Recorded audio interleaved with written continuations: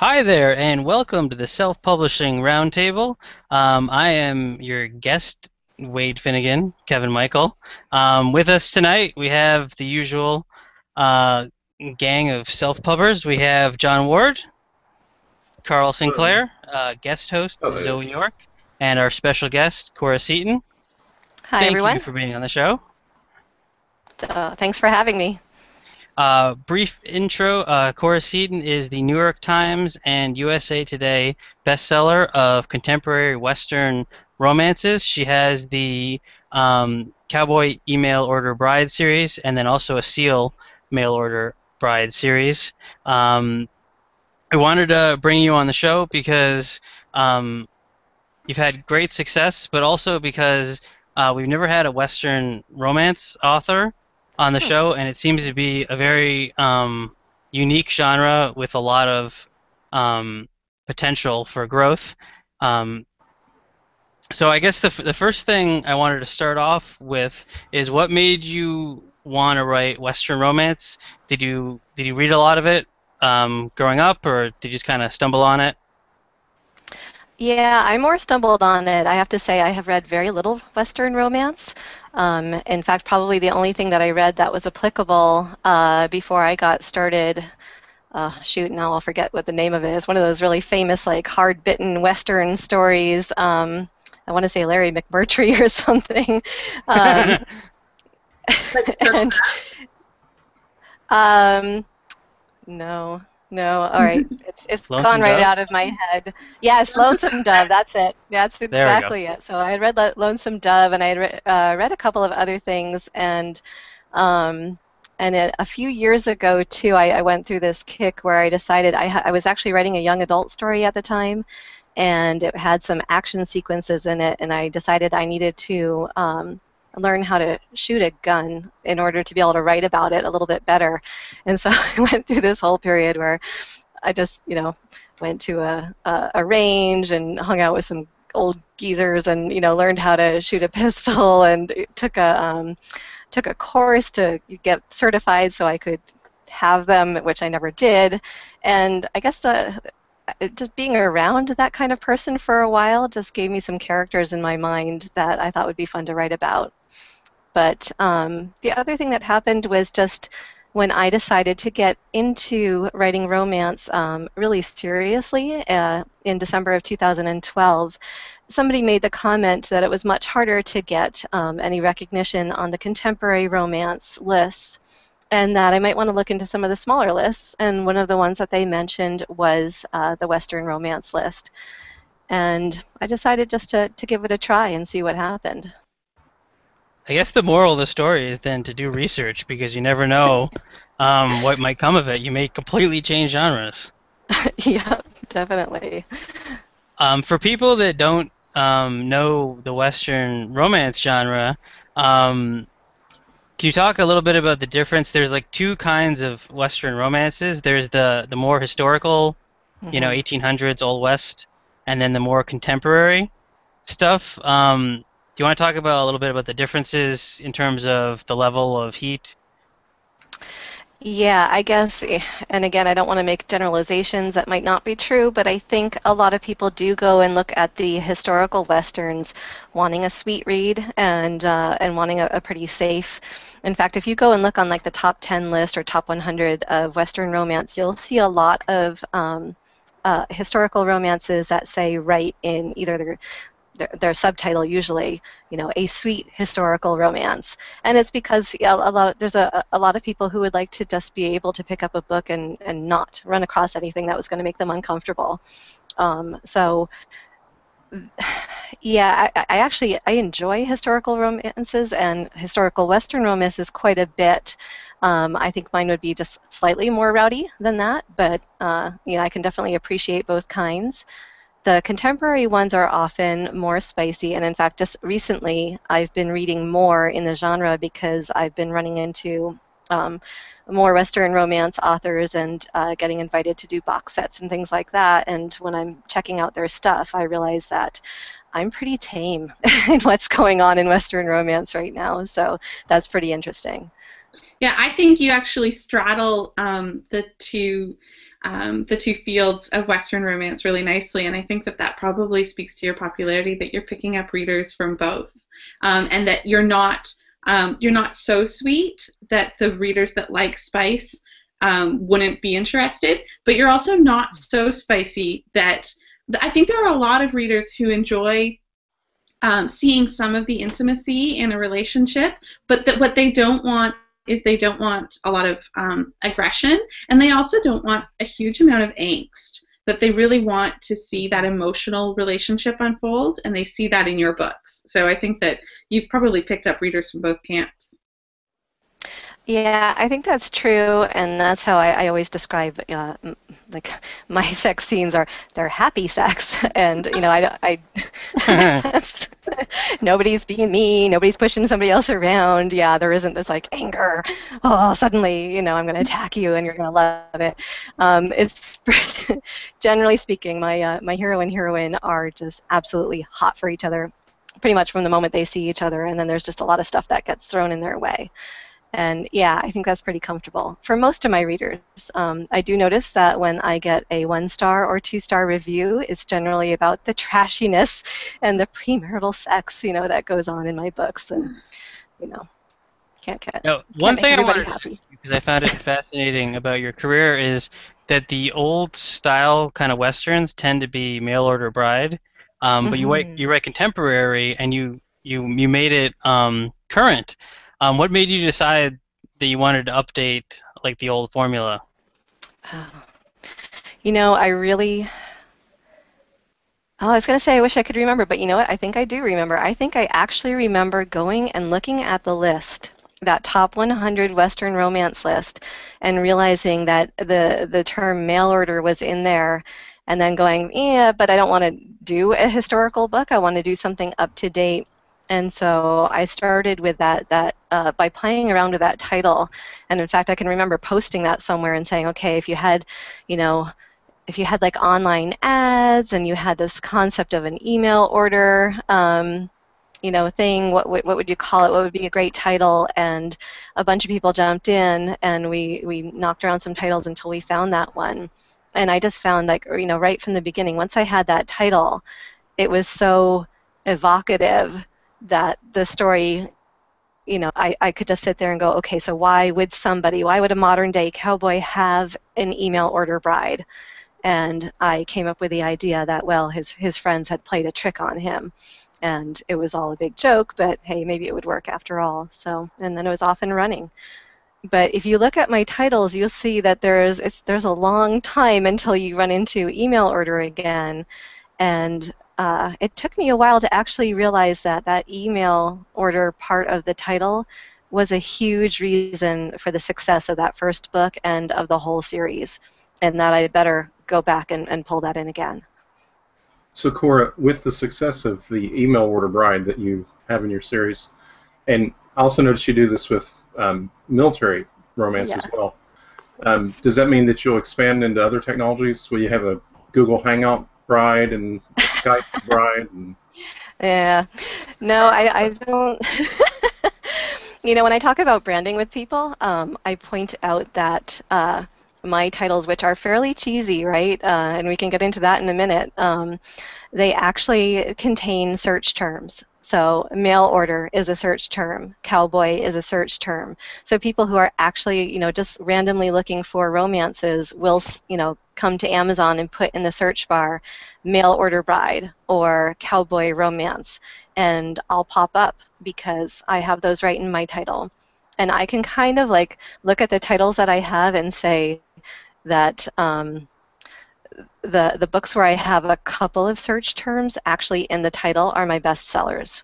So and those two would be the Cowboys email order bride, that has cowboy and mail order bride, and then the cowgirl ropes a billionaire. That billionaire in the title is great. And then when I jumped into the military books, Navy SEAL in the title, Navy SEAL and mail order bride, golden. And yeah, so there's a reason why I have that kind of thing. um, Yeah. I want to ask you, since you write both military and Western, Is there a difference between the alpha males in the two genres? Mm. I try, and I think that's if I get any criticisms on the military ones, that is the criticism that I don't have the super alpha male guys. I did work pretty hard, especially in the first book. I tell people I write, and the guy is saying all of this stuff, and then I go back and I erase like 9 sentences out of 10. And so for every 9 sentences, the woman says, the guy says one line, and it's all like one-syllable words. And then I'm, a little bit closer to what people would like, and probably a little bit closer to reality too. So yeah, I did try to make them a little bit more alpha male, but in each case in that series, that's about guys who are coming home. So it's guys who have each had about a decade or 12 years in the military. They have gotten into pretty elite forces, have seen quite a bit of action, and now they're coming home and they're trying to save or actually reclaim their family's old ranch. So really what they're dealing with is not like, it's not suspense and it's not really action-packed. It's dealing with guys who are having to kind of slow down and get back into the normal speed of life, and struggling with that a little bit. Well, I personally like that because I've seen a number of Western romances where it's ranchers trying to fight off like drug smugglers, and there's just like a huge amount. It's like mostly like an action book, and then there's a lot less romance. Mm-hmm. But it depends. I mean, some romance readers like there to be more action and less romance, and other people like more romance and less action. So it's obviously working for you. Um, One thing I wanted to ask you about is you have a unique pricing strategy for the books. I noticed you launched one of your books recently at $3.99. Mm-hmm. And without, huge promos, you managed to get in like the top 300, which was amazing. Do you want to talk a little bit about your book launch? Sure, and I think this is maybe partly because I wasn't paying as close attention to as everybody else was to what was going on. Like I've never been on keyboards in any sustained way. So even though I was really paying attention to the market in general, when I got started, I was operating a little bit alone. And I really thought, I don't want to start at 99 cents because that devalues what I do right from the get-go and makes it, pretty cheap.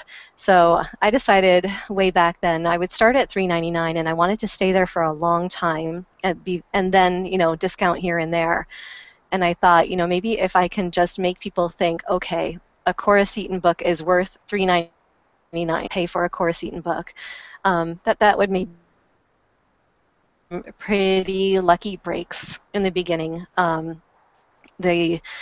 The very first one that I put out was the Cowboys Email Order Bride, and that came out right at the end of April in 2013.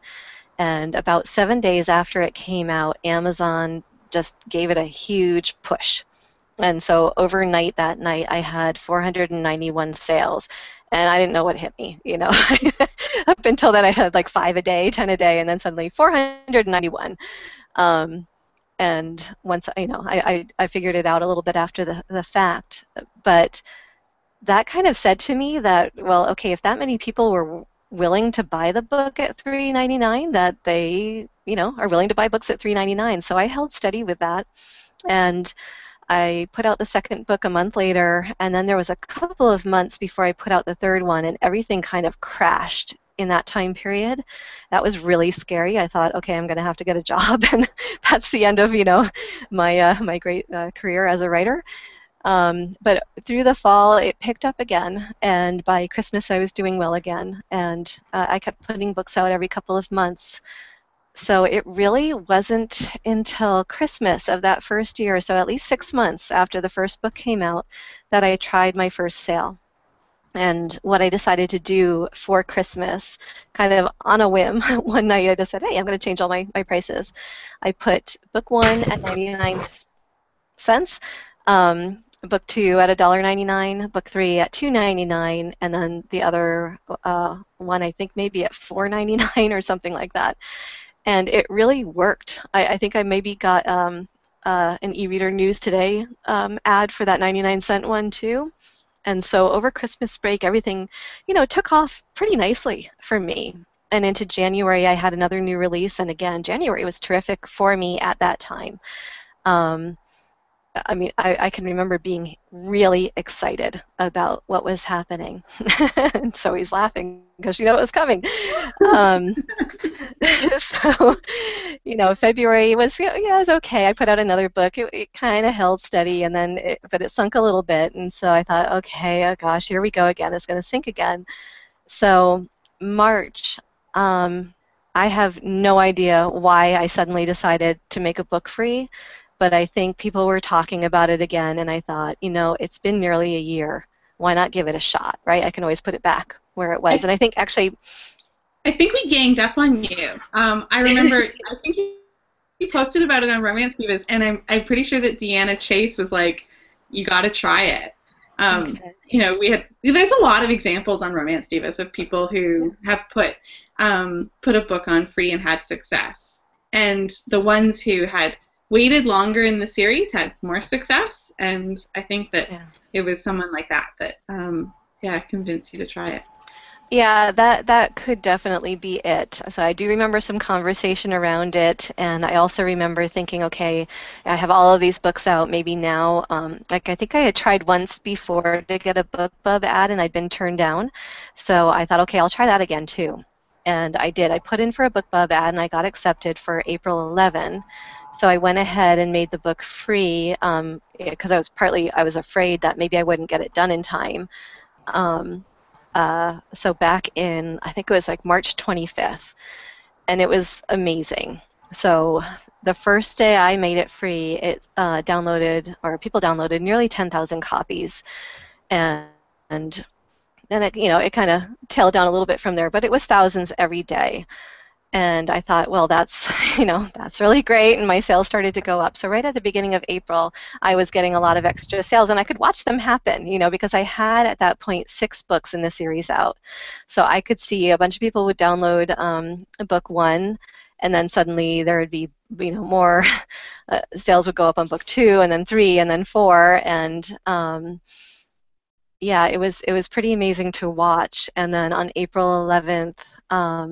When the BookBub ad came out, again, it was just outrageous. So I think about 50,000 people downloaded it in about a day and a half, and again, there was a couple of days lull, and then people started buying the next ones in line, and you just can't even believe what that month was like. I mean, first it was crazy and really wonderful, and then I reached a point where I got scared because tens of thousands of people had my book and were buying my other books. And I suddenly thought, oh my God, people are reading my books and they're going to say things about them and they're going to say things about me.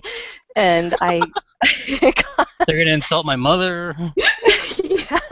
Such a terrible problem to have as well, right? People are going to be talking about me. Well, I'm a pretty... Yeah. You might not get that from this, actually a really shy person, and so just that idea that all of these people were looking at me, I kind of lost it, and some really good friends kind of helped me hold it together, through that, and then of course I got back to being really excited again, and I tell people again, at first my family and I, we were telling everybody, we're like, oh my God, this incredible thing is happening, and then a week went by and we were like, okay, well, maybe we should just tell our good friends, about this, because this is getting a little crazy. And then there was at some point, and my husband just said, you can't tell anybody. That's it. And we, and every day I would come down and I would report my number of sales, and I would do a little calculation to tell him how much money we earned that day. We would just laugh. I think the first thing to point out is the owners of Romance Divas can feel free to PayPal Carl Sinclair for the free promotion. The second thing is, you said you gave away 50,000 copies on BookBub, which is amazing. The question I have is about mailing lists. Did you have a link to your mailing list at the back of that, and did it help you, or did you not have? Yeah, I did. I can't. Yeah, I'm pretty sure I had one in. My mailing list isn't that big. It's about 3,300 at this point, which I'm proud of because I think at the beginning of the year it was 0. I think I started it right around then. Um, so I'm getting there. But yeah, I wish all 50,000 of them had signed up. That'd be pretty cool. Uh, yeah. I'm So, sure Mailchimp or Aweber wishes that all 50,000 signed up also. yeah, that'd be great. Yeah, I guess I'd be paying them a lot of money too. Yeah. You could start your own book club with 50,000 That good. subscribers. The other question I had is, you said you had like 6 books in the Yes. Cowboys Email Order Bride series. Can you talk a second about the importance of writing a series and how when hmm you release a new book, how it affects the previous 5 books? Yeah, that's really the name of the game, and I think that that maybe authors who are listening to this and are going, "Well, why did this happen to her?" Um, Total luck, of course, and being in the right place at the right time. But I put a lot of work and a lot of thought into the branding aspect and getting things exactly right, um, and picking out that title and asking myself, especially with that first one, after I kind of got into it and it got so busy, it's gotten harder to do this. But this is really important. It's just going, okay, if I saw that title, would I pick up the book? Would I actually buy it? Like say I was in a bookstore, would I buy that book with that title? Would I buy it with that cover? And I really tried to go over things again and again, the title, the cover, the blurb, until I could honestly say, yeah, I would pick that up. And it's kind of hard to get me to pick up a book, because I'm a really busy person at this point and have been for quite a long time. So I have to figure if it grabs me at that point, it hopefully would grab other people. We call my title thing the snakes on a plane, approach to titling, and that's because some years back playing. I don't know if you guys remember that movie that came I do out. I've remember never it, yeah. actually, yeah, I've never seen the movie, so but it Well, grabbed it's because me. the title gives it all away. I mean, It does, and it immediately gives you a picture, right? Snakes yeah. on a plane. I mean, you go, oh my God, there's snakes on a plane, right? And people are screaming and people are getting bit and there's mayhem and maybe it'll crash. I mean, you really understand what it's about. And that's kind of what I wanted to do too. Sometimes people who meet me are to learn down the road that I've actually had a decent education. I went to an Ivy League university and I'm somebody who kind of knows literature and has a clue because when you look at what I'm writing, it seems like, oh, the Cowboys Email Order Bride, that's lowest common denominator. And first of all, I don't really But think it this is. I think the title, grabs you in the way a comic book would grab you. But I think the book, has more going for it than that. Um, You're but I'm completely right thinking, on the. Sorry, I was going to say you're completely right on the titles thing because your example of Snakes on the Plane, that was actually called something else, and Samuel L. Jackson refused to continue working on the movie until they changed it because yeah. he was like, this movie is just about snakes on a plane, so why is it not just called that? And he wasn't actually going to complete it. And it Mhm. does. That movie became iconic simply because of that Because of that that title, it's a title. great title. And And I also, think, sorry, there's something about expectations, right?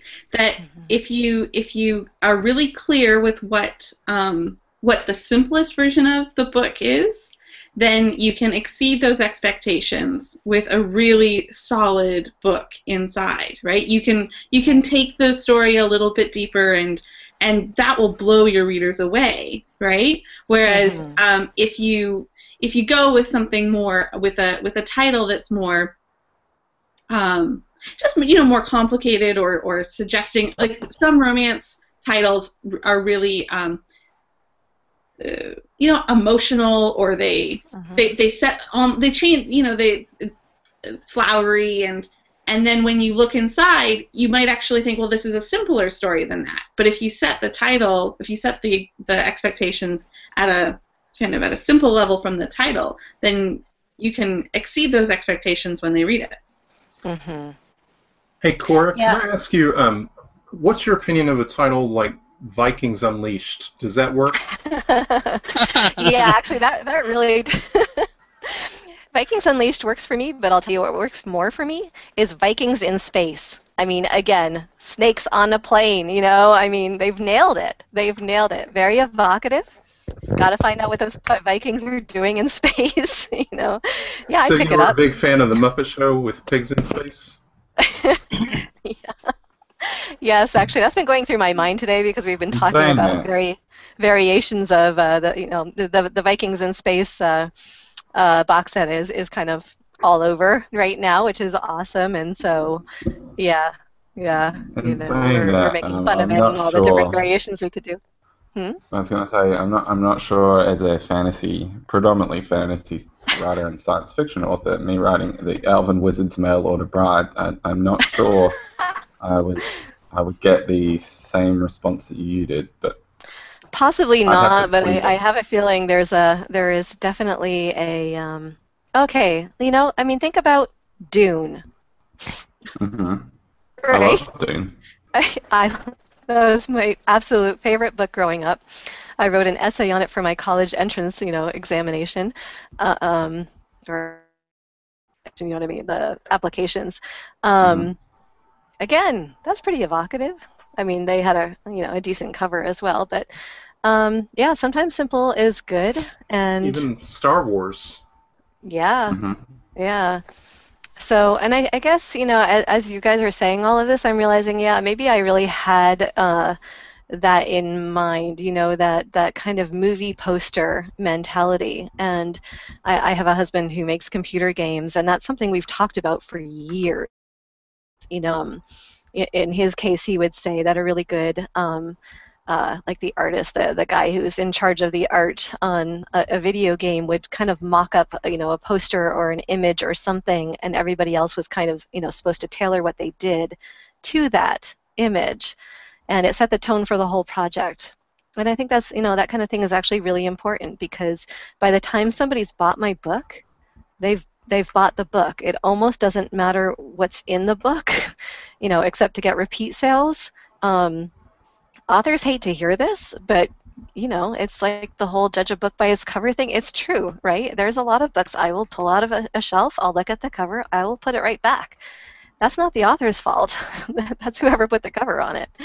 Yeah. So it's important. Yeah. Yeah, I have a question about your titles as it relates to other platforms, because I know that you are on all the different platforms. I was Yes. wondering when when you took off, the Cora Seton name took off on like Apple and Barnes and Noble and Kobo. Was that before your book bub, or do you think? I guess the main question I have in the long way is, what advice would you have for authors to gain traction on other platforms? Yeah, that's kind of hard. I think actually, again, it was a bit of an accident that worked for me. I I guess I had my book on Amazon and then on Smashwords for everything else, and I'm not sure. Um, but it must have been on all the platforms, but maybe it wasn't doing very well. And so what I did at some point, and I have to thank another author named Nadia for this, she basically yelled at me and said, "Look, if you're putting this out, you know, if you're making something free and you're going to get a BookBub ad, you have got to upload everywhere direct, including Apple," which I had really been dragging my feet on because of, you know, needing an Apple computer to do so. Um, and otherwise, you're going to lose a lot of money, you know, going through a third-party vendor.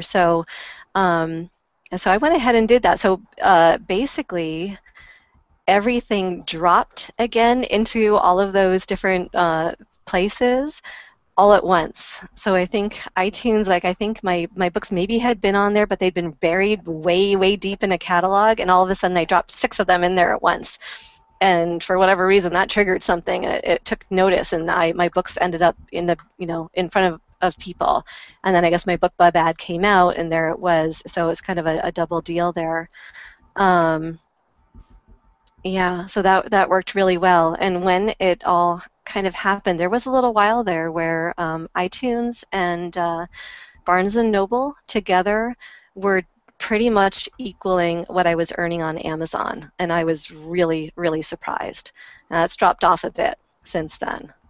Actually, it's dropped off quite a bit since then. So we'll see, the next time I do something big if that goes up again. Can I ask a question about that? Okay. So you have a huge presence on Amazon. Your books spend a lot of time in the Western Romance Top 100. Have you given any thought to trying some of your books or all of your books in the Kindle Unlimited program, like joining KDP Select, since your sales on Amazon are significantly higher than on the other retailers? Yeah, that's a good question. I have been dragging my feet, and there's two reasons. One of the simple reasons is I would actually have to do them off everywhere else, which is just a lot of work. The other thing is, and a lot of people have heard me say this before, my husband and I have both been entrepreneurs for quite a while, and we've done other businesses before now. And we have each had an experience in the past, and I don't want to overblow this, where Amazon, just being a good business and doing their business, has ended up changing the games for our businesses. And almost overnight, we have lost our businesses. So this happened in a pretty dramatic way to my husband a number of years back in a really shocking way, kind of, and literally and overnight, no warning that it was going to happen, kind of a way. And then it happened to me in kind of a slower, uglier way, but it did happen. So I am very, very sketchy about putting all of my eggs in one basket, and I don't think that they necessarily have done anything wrong. They are maximizing their business, and it's my job to maximize my business. And I am afraid that the minute that I do put all my eggs in one basket, I no longer have any bargaining power. Sorry. And there's you do have sales on the other platforms. They ebb and flow. But you're taking more of a long-term approach to just establishing your name, selling your books, and the short term. I mean, because it's not a guarantee that you'd make more money with Kindle Unlimited borrows, right? It would be a bit of a gamble. I think it really would be. I think if I was ever to try it, I would take some, brand new novella that it wasn't anywhere else anyways, and I would try it for a certain length of time. I would see if it did me any good. And, I'm certainly not someone who's hanging out on all the forums maybe as quite as much as the rest of you, but I haven't heard anybody say that it's really done anything for them. Have you guys heard that? Yeah, I mean, some authors, the ones who are doing the best in it are the ones who are in Select, the ones who were invited to have their catalog in for a short period of time without that exclusive requirement. They're doing really well. Okay. I don't know. I think the jury's still out. I don't think that it's I don't think it's the gold rush that I thought it might be in July. But that's just my one perspective. It would be interesting to hear what others are saying. There definitely seems to be a common thread in talking to other authors about a decrease in sales since July, the second or third week in July, that may or may not be the same as previous summer slowdowns. Like you explained that you had a slowdown last summer. I mean, and that is, there's a cyclical sales cycle. So we'll see what the fall brings. And that's really what I feel, because I did. I mean, last year I can remember it was actually overnight, just like that. The first week in July was great.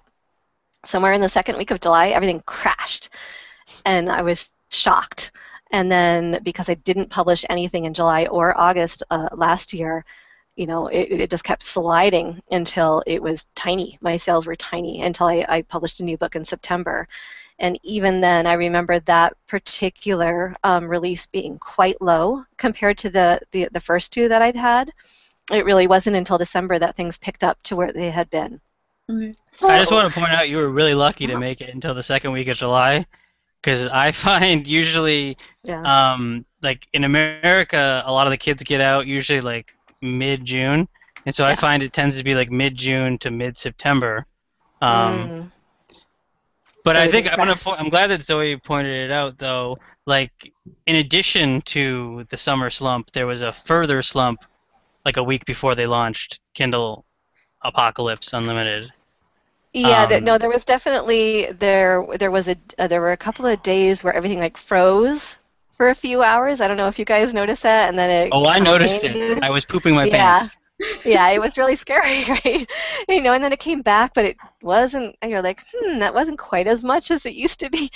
But this year. I had a release in the middle of July, and that was my biggest release ever. So that was, There yeah, are exceptions that for helped. yeah. Now, was Yeah, that part of your established series though? Yeah. yeah, yeah.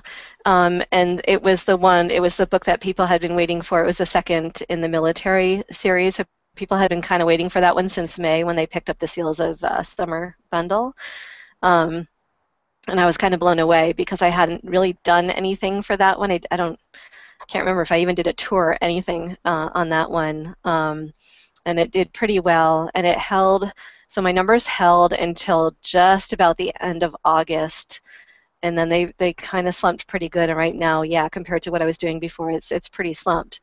That Um, actually segues really nicely into my next question, okay, which and really this is a leading question. I'm just going to ask you to agree with me. okay, We were talking about this Those are the last best night. kind of questions. Yeah, that's easy.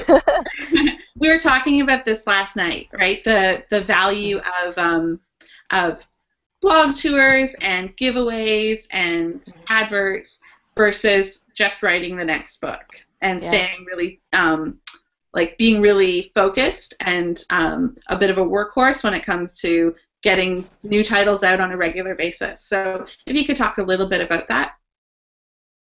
Um, yeah, over and over again, I find that the best thing that I can possibly do is write another book. Um, so I do, hang out on forums with other authors, and I see all the wonderful things that they're doing. And being a good friend of Zoe York, who is like extraordinaire when it comes to promotional stuff and her Facebook presence and everything. Every once in a while, I kind of wig out, and I'm like, oh, I've got to keep up with Zoe, and I try. it's it's such a waste of time. I mean, it isn't. It's good. I have done a lot of things that were good. I do have a reader group. I do have a Facebook presence. I have a tiny little bit of a Twitter presence. And I've definitely, well, again, I think, the thing that's building my newsletter is just the fact that that link is right at the back of my book and every single book I put out there. So for me, it's about writing. And again, I think you kind of have to go back and know where I was, before. I've had a weird adulthood. I grew up pretty comfortable, and then as an adult, made a lot of decisions that ended up with me kind of going paycheck to paycheck for quite a long period of time. And for a while, I stayed home with my kids, which made it even, more precarious. So a few years back, maybe 5 or 6 years back, I got sick of it being precarious and started various types of work. I ended up opening an audiobook production company and had a lot of fun with that, learned quite a bit with it, but it was not like a big economic success by any. And then ACX came along and pretty much made me redundant. So in December of 2012, what happened to me was I sat down one day and I looked at my numbers for my company and I realized that I was working for free. The money coming in was equal to the money going out, and I couldn't do that anymore. And I had managed to save up some money, and so I figured that I could give myself a year, and I had to prove within 1 year that I could sustainably earn what I was supposed to be earning to help out with our bills. And if I could do that, got to keep going. And if not, I had to stop and find myself a new day job. And it was looking like I was going to have to become an accountant. And I really didn't want to do that. So I was motivated. I was probably one of the most motivated authors out there. So So if I could Yep. ask a question there. So, because that's when I met you, Yes. is just a couple months after you made that decision to write the Cowboy series, and so you were already, you had started that, and you were so focused, and you were writing them so that you could launch 2 back to back, which was Yep. really smart, and you were very committed to not underestimating yourself and not devaluing your work, which we've already talked a little bit about, that you launched your book at $3.99. There was a question on the forum, or on the website, from Kate Morgan, asking you about ads and how you got enough reviews for ads. And I, knowing a little Okay. bit about you, I can answer part of that. That I know that you didn't focus on ads at first. You didn't try to launch and then do a lot of promo. You launched a series and proceeded to work on the series. When did you run your first ad? And did you have to, at that point, did you have to scramble to get reviews? How many reviews do you remember that you had? I'm not sure I remember exactly. I think that first ad might have been that e-reader News Today ad that was maybe in December, maybe late November or December of 2013. Mhm. I think by then I actually did have enough reviews. So what I had done, kind of right from the start, was somebody had told me about Library Thing, where you can give away up to 100 ebooks each time you put out a new book. And so I had done that for each of the new ones that I put out, and was getting, a handful of reviews that way. And the other thing I did right from the start, and this was just, again, one of those right place, right time things. One of the other authors I knew was putting together a NetGalley collective, and I jumped on it. And so that was probably one of my biggest expenses, up front, because I was cheaping it out every other way. I made my own covers at first. I did everything myself. I was hand, coding all of the books, which is really why I didn't end up on a whole bunch of different sites, because I did the formatting for Amazon, and that was like all I wanted to do. So anyways, yeah, I did Library Thing. I think I did a Goodreads giveaway for just a couple of books, because you could only, give away the physical copies, and that's so expensive from where I am. And just, yeah, between NetGalley and the giveaways, I would get, like maybe 10 or 15 reviews off of that. And then, of course, yeah, once I did the BookBub one, and again, I made sure I don't think I had a ton of reviews for that book, but I probably, maybe I had 20. I'm not sure, by the time April rolled around, because it would have been out for a year by then. So yeah, I've collected some by then. But they Um, basically grew organically and through NetGalley NetGalley is really, and yeah, Library Thing. I think the Right. thing. Yep. Okay, cool. Yeah. Thank you. Mhm. Cora, one of our listeners, H.A. Vales, asking about boards that you use to organize your stories. Can you tell us about those? Do you know what he's talking about? No, I'm not quite sure. Boards. Um, Um, I don't. I I think don't. it's goal, like where you set your goals. Let me find. Oh, yeah. Oh, okay. Yeah, I know what she's talking about. Yeah, it's a really is okay. So it's a tradition for me, and it has been for, yeah, I don't know, like well over a decade, maybe 15 years. That every time um, New Year's rolls around, I make some really specific goals. And one of the things that I got into, like,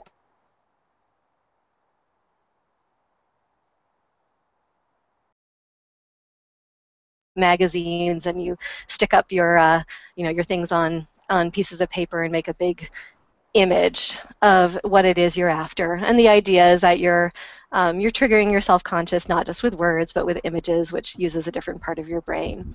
So when I got so last year, in 2013, I did hit my goals. I was able to replace my work income, that, what it had been at the best of my audiobook income, and I could pay my bills.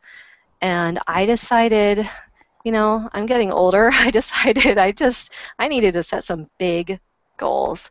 And I did. I set 3 really, really crazy big goals for 2014.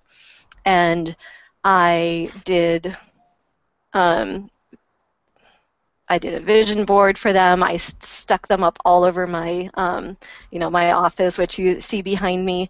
For a while in that same period of time, I had made like a big set of, like when I got some nice fan mail, I would take out, the sentence that said something nice. I printed it out. They were stuck up all over this room. So everywhere you looked, there was people saying nice things. So that every time I walked up here, I saw my goals, I saw those nice things, and I was pretty motivated to really try. So the reason why other people know about that was I did a mentorship on the Romance Divas board last spring, and that was one of the first things I had my mentee do was make her goals and put them in a visual. And yeah, I kind of believe in it. It's a fun way to set your thing. Now, you're talking about looking forward to the future. I have a question. Now that you've written a number of series and made a huge amount of money, we have a lot of beginning authors Okay. listening to the show. What do you know now that you wish you would have Hold on, known? could I just interrupt 1 second, Kevin? Did you just use the word beginnering? I might have. I'm in the Might have, dark, you know. Carry on. yeah, I can hardly see you. Yeah, we do the broadcast at sunset, so you start by seeing me and then it disappears. Anyway, what do you know now that you wish you would have known when you first started out? Okay, I'm going to go back a little bit in time because there was like a whole wasted decade before I got anywhere, and that was the decade in which I didn't show my writing to anyone. So I did the thing that new authors do, where I wrote my book and then I wrote it again and then I wrote it again and wrote it again, and I was not going to show anybody anything until it was absolutely perfect. And I got nowhere. I got absolutely nowhere until I decided that it was actually okay for other people to see my work. And I really want people to know that because if you're anything like me, that is the hardest thing to do. Um, I'm thin-skinned, or I was at the beginning of this journey. And so the idea that somebody, and people did, when I finally did show it to somebody, people, tore it apart. And it's really hard to do, but you make progress leaps and bounds. So I would say the very first thing to do, now you have to be careful because you might show it to somebody whose opinion is really dumb, and that can set you back, a long way too. So you want to join groups. You want to join K-boards if you have a thicker skin than I do. You want to join somewhere like Romance Divas. You want to talk and talk and talk and join things. You want to jump on things and say yes. If anybody puts anything of a general opportunity out there, don't wait for your special invitation. I still wait for my special invitations and they don't always come. You have to be willing to jump in and say, me. I would say that's the most important thing. People say this, and it's easy to discount that writers do not write in a vacuum. You have the image of the person in their room by themselves, and yeah, we do write that way. But then you've got to come out of the room, and you have to show people, and you've got to take the criticism and then do it again. I can remember when I started and somebody would, send me back a manuscript and have things crossed out and suggestions, and I would hate it. And I'd be so mad, and I would just think, they don't understand me, and they're dumb, and they don't. It's so true. Yeah.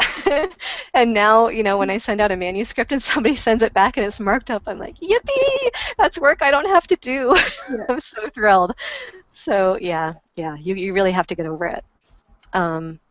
Otherwise, you've got to, I don't think anybody, like maybe this is different for people who are still doing traditional publishing, but I think you have to go in figuring that your marketing hat is just as important as your writing hat, or your, whatever you want to call it, the business management hat is more important than just about anything you do. You can't think that you can write a masterpiece and that you're going to hand it over to somebody else and they're going to transform it into a book for you. I don't think that exists anymore. Now, another question I have is, this is not for the beginnering authors. Okay. This is for the more experienced authors. So you've done Western romance and you have a military romance series. Have you considered branching out? What do you think the next hot subgenre is? Is it Vikings in space? It might be Vikings in space. Our joke today is Vikings versus, oh no, it's Navy SEALs versus Vikings, which I think would be hilarious. But I'm not sure if there's a big readership for that or not. And we have to watch out because it's really fun to write these things. But yeah, whether or not you get readers, I'm not sure. So What what's you the need to next? do? What you I'm need to do is sorry. have the Navy SEAL gets his Viking emails the Viking bride. Hit all the I think keywords. yeah. Yeah, well, I mean, you laugh, but that Seals of Summer box set came because we were talking about keywords and we were talking about Navy SEAL and we were talking about email order and we threw it all together and boy, it worked. It worked big Good. time. So, Yeah. yeah, I'm not sure what the next one is, and I'm trying. I'm trying to take a breath and say, just stick with it for a while. I've got something that's working. So, and I've got so many stories to tell in this town and with this group of people that I might as well stick with it for a while. I had gotten into writing a new adult book, and boy, was it angsty. But I don't think I was doing it right because I was really making it a new adult suspense. And I my characters were really crazy and dark and I guess that is a new adult, but yeah, I don't know. I don't think it was going to work. So I went back and just said, okay, more cowboys, and yeah, I think I'll stick with it for a while. What I'm doing, I don't know if anybody's paying attention to this, is I'm throwing everything that I can into this series. So every book is a little bit different, and yeah, like I don't even know exactly how to explain that, but I feel like each book, even though it follows, like a similar arc, in that they're all kind of quick marriages and things like that, I am throwing some, well, like, okay, so book 4 was The Cowgirl Ropes a Billionaire. I did a reality TV show in that one. That's actually like a totally different genre, right? But I managed to squeeze it into the Western romance. And then I did sort of the same thing with the military ones. My military ones are actually higher ranked on the Western romance list than they are on the military list. And yeah, I've kind of squeezed, military into Western romance. And I kind of, yeah, I don't want to really spoil anything too much, but coming up, I'm sort of squeezing a little bit more kind of sort of magical stuff in there too. It won't be like hocus pocus in any It's sense, a but place for the elves. Is that what But you're saying? no, yeah, like the light no elf. paranormal element. Yeah, there's a couple of different books in which people just kind of dabble in like a little bit of kitchen witch, type stuff, make up a little potion and think that maybe they're having an effect, and maybe they are, and maybe they're not, that Well, kind of thing. there is already that element, right, with Rose and the Yeah, yeah, engagement rings. yeah. All And so this I'm talk and about you throwing like military into Western makes me think of like a space Western, like Firefly romance, basically. yeah. Like a A space Nathan opera Fillion, romance. huh? Like a space opera romance. No, like you know how the TV series Firefly was Yeah, basically Western that's in space. science Yeah. fiction western. Yeah. Yeah. Yeah, and I have to say that actually is kind of one of my favorite ideas when you take something and kind of put it in a different time period. One of my favorite unpublished books I didn't publish. I wrote about 4 young adult novels before I switched over to romance, and they all had that kind of element to it. And the one was supposed to be a middle grade book actually, and it was called Lizard Planet. And so it was a Western, it was a kid's book, but it was a Western set kind of in a Civil War era, Western town, but all the critters were lizards. Awesome. Hey, I loved okay, it. so can I ask a Yeah. question? The title gave away that pretty well. Yeah, exactly. Yeah. Okay, so I'd read you that. have a couple of finished books or finished drafts of young adult and middle grade books. Yeah. That they might not fit within your current Cora Seton brand, and that's not where you're going to put your focus. Would you ever shop those around to agents? Is there any part of you that is interested in expanding your career to be a hybrid author at this point? Not really. Um, Before I did self-publishing, I did self-everything else. I've homeschooled my kids and I've started businesses. I really have a hard time working with other people. Um, so, I always take over everything. As somebody who has collaborated with you on 1.5 projects, I can say that I do not think that is true in the least. But okay. Yeah, but that's because you guys kind of let me take over for a while. Like until I was ready to hand it over, I was like, okay, everybody do this, everybody do that. I'm making the cover, or whatever. So, yeah, no, I am learning. I am learning to back off a little bit, but I think that trying to publish straight up with a company would be really difficult for me because I like to do things as fast as I want to do them. And when I hyper-focus, and I either pretty much am not focused or I'm hyper-focused on something, I really want to move. And I don't like it when people, say, no, you've got to wait now. Right. But yeah, kind of my plan for my young adult stuff is that like when I retire, when I become a grandparent, I'll switch back and I'll get those because each one of them needs a serious rework. It wouldn't just be, spell check or whatever and send it out there. They were written before I really knew how to write. So, yeah. Wait, are you saying you don't just finish the first draft and hit publish right away? Oh my God. Yeah. No. No, and I am not like Zoe. I cannot. That's the rumor. No, and that's one of the reasons why I'm not a person who will like send out excerpts or put them up for my reader group before I actually put the book out is because nothing in the first draft lasts through the whole process. I go over it a million times. Now that you bring it up, I know that you have some critique partners.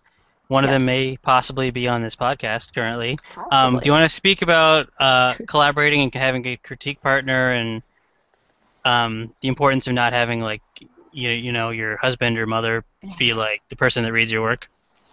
Yeah, because I started off like everybody, with my friends, and you send them a book and they send it back and it's like, oh, this was wonderful.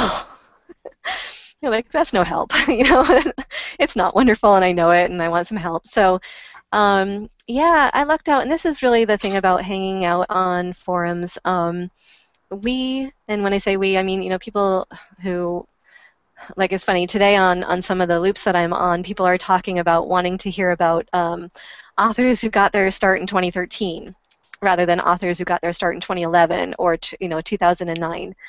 And that's because things keep changing, right? It keeps, getting maybe a little bit harder or whatever. And I was watching, from 2008 onward, I was on forums and I was watching all of these other people have their success.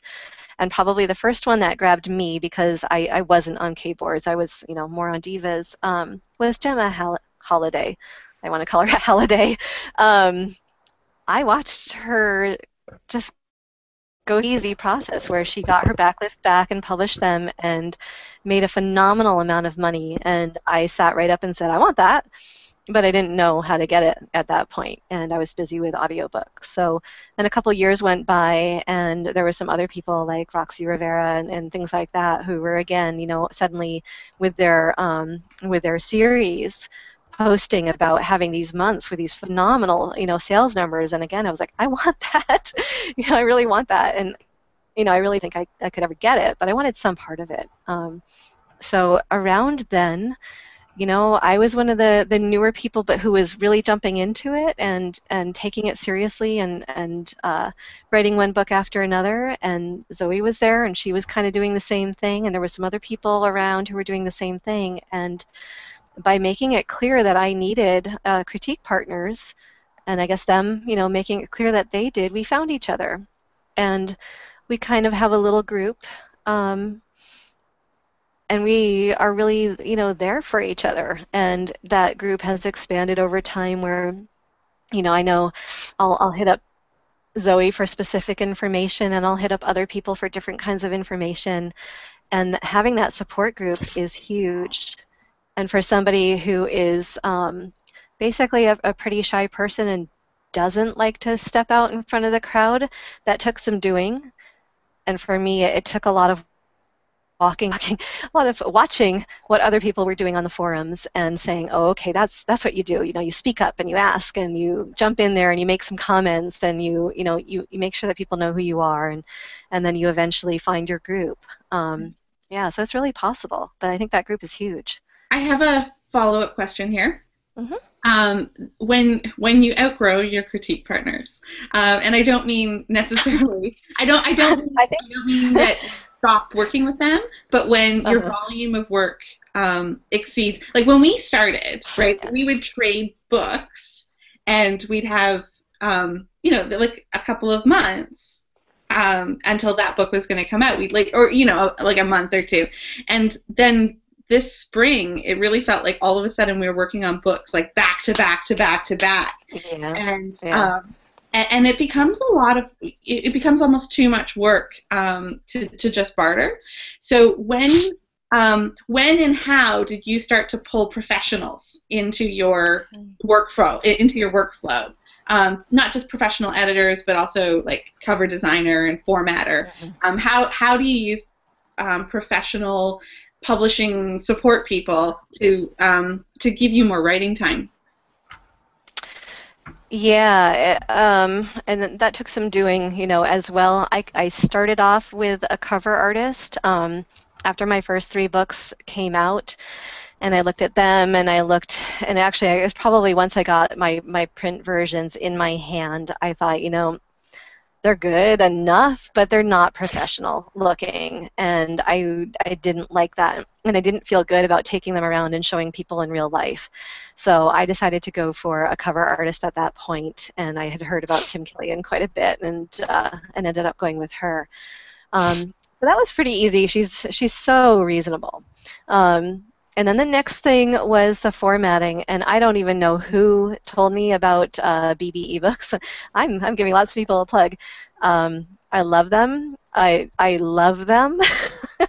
The guy who runs it, his name is Paul. Whatever you ask him, he'll get it done. He gets it done so fast. It's always right. It's amazing. They charge like $60 for every format you could possibly want. That is such a crazy good deal. So those were the first 2. And after that, I think probably the next thing I tried to find was a final proofreader, because I would always do this thing right before I put a book out where I would go over it and over it and over it until my eyes crossed and I just couldn't see the mistakes, and there was always going to be mistakes. So I looked around, and I've used a few different proofreaders over time.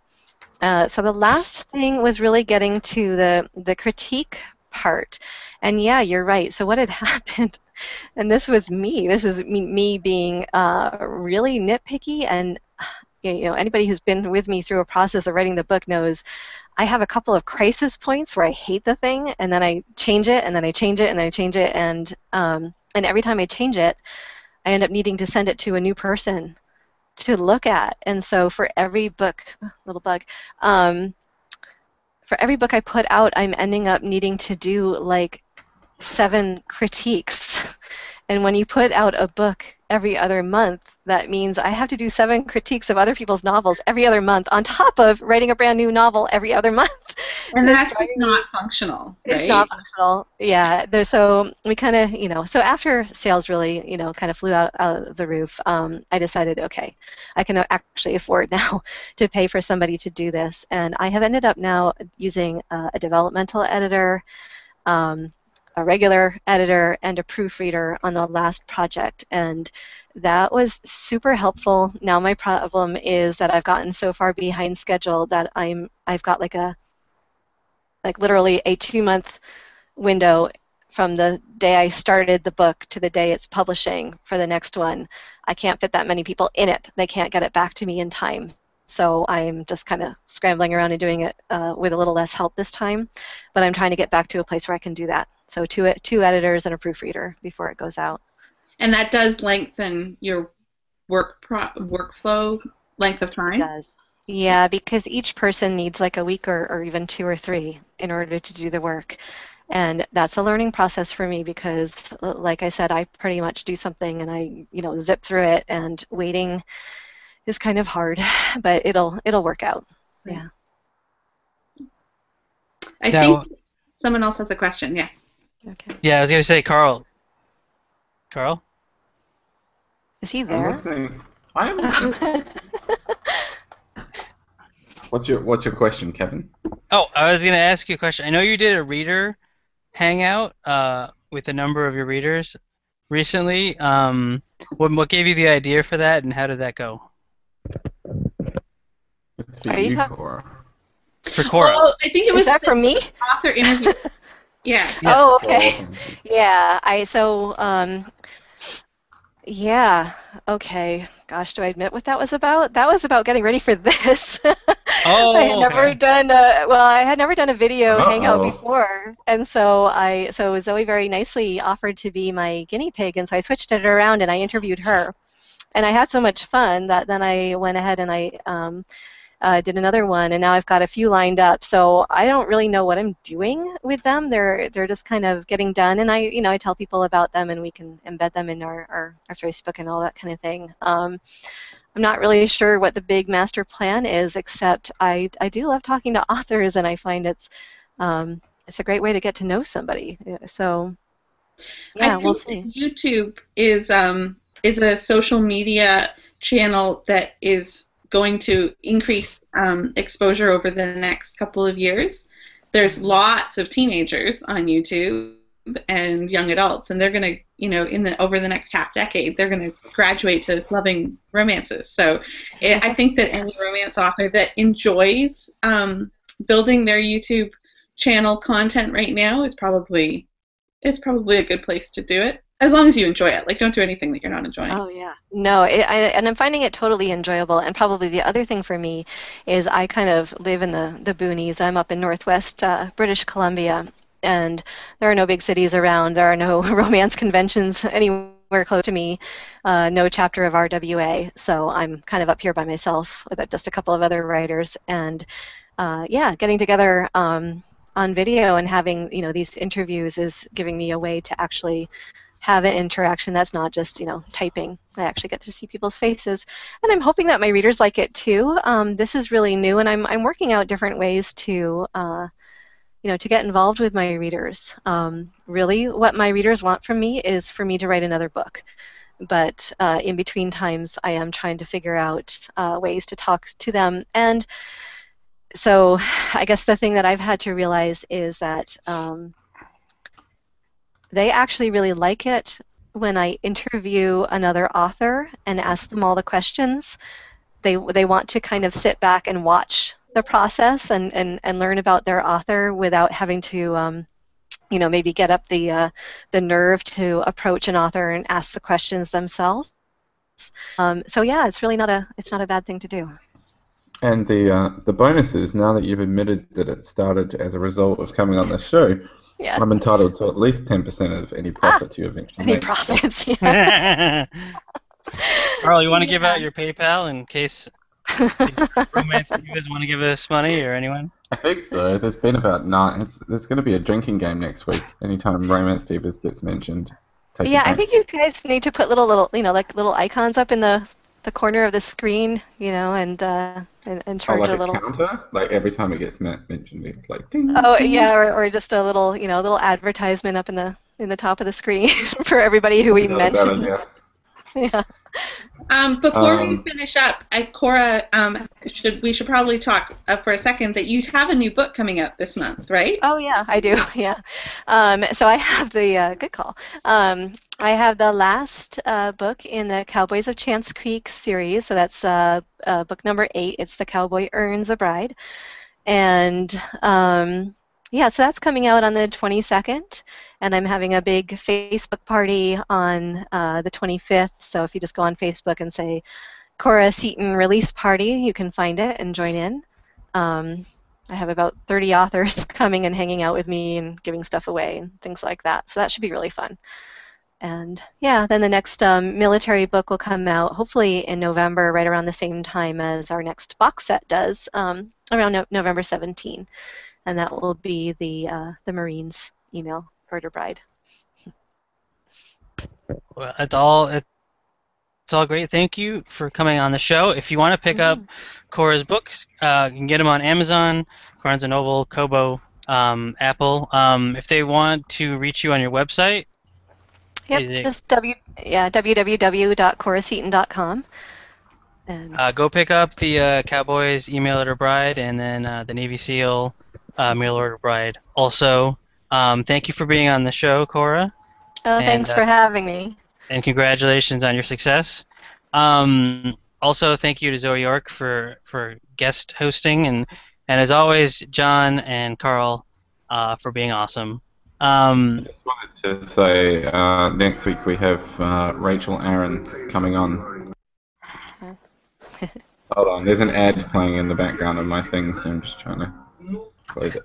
So Rachel Aaron's coming on. She is a fantasy author who wrote The Legend of Eli Monpress, but most indie authors probably know her as the lady who wrote 2K to 10K.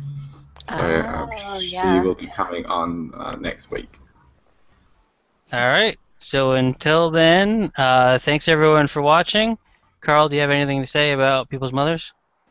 Yes, say hi to them for me. And Romance Divas, hit me up.